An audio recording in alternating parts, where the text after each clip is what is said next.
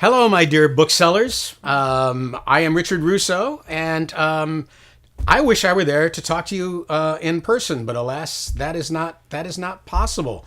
But I'm here to talk to you about my new novel, Everybody's Fool, and it is a sequel to a book that I wrote 23 years ago, and I'd like to tell you about it and how it came to be. This is a sequel, but it's kind of not a sequel in the sense that you don't have to have read the earlier novel to make sense of this one.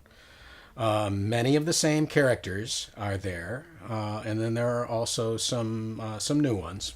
But part of the reason to come back was that the main character of the earlier book, Donald Sullivan, known as Sully, was based on my father.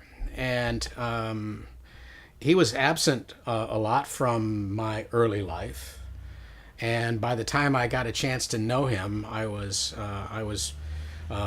almost an adult. And he became sick shortly after that, and so I never really got my fill of him in real life. And he'd been gone. He died before I wrote Nobody's Fool, and Nobody's Fool was an exercise for me in just bringing my father back to life and spending some more time with him. And so for that 5 years it took me to write that book, I got to enjoy his company once again, and he was a marvelously entertaining man. And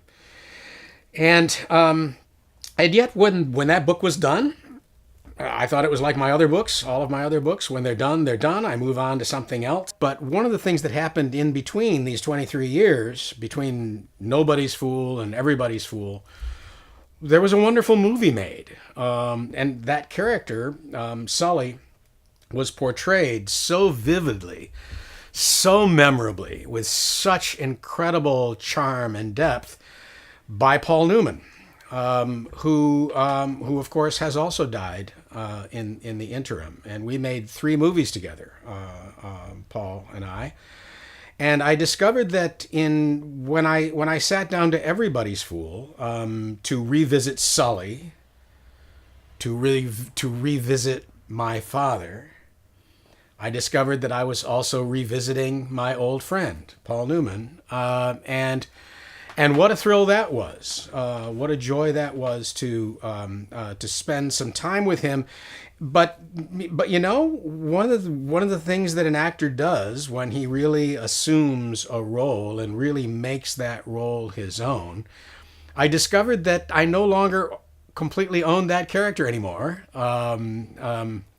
Originally, he was mine, or kind of mine and my father's. But when I came to write this book, I discovered that I was in the company of my father, but also Paul Newman kind of now owned half of this character, and I had to kind of take direction from him. I started, when I was writing Sully's dialogue this time, I was kind of imagining Paul Newman saying the words, and the mental picture that I had was really of Paul Newman. When it occurred to me that the main character of this book was going to be not Sully, but Douglas Raymer, now Chief of Police Raymer, because despite the fact that he wasn't a very good cop, he's made his way through the bureaucracy and is now Chief of Police.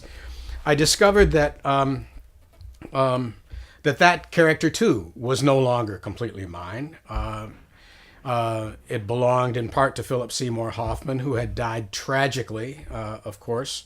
I was a couple hundred pages into this book when we got the terrible news of Philip's loss, and my first thought was, well, how do I continue this book now? So all of this kind of informed this new book, and these various people gone from my life now. There's my father. My father is gone, and Paul Newman is gone, and so is Jessica Tandy, who played the wonderful Miss Burrell, is gone, and Philip Seymour Hoffman is gone. And so this book became a book about memory, about the ways in which people who are gone from our lives, we nevertheless continue to have conversations with them. They continue to haunt us in the best of all possible ways. They haunt us. They remain alive as long as we do. And so 23 years after the fact, a new Fool book that I was not anticipating at all, but which was a joy to write. These characters even though I have to share ownership of them now. These characters were as alive and as entertaining and as much fun to spend time with as they were the first time around 23 years ago.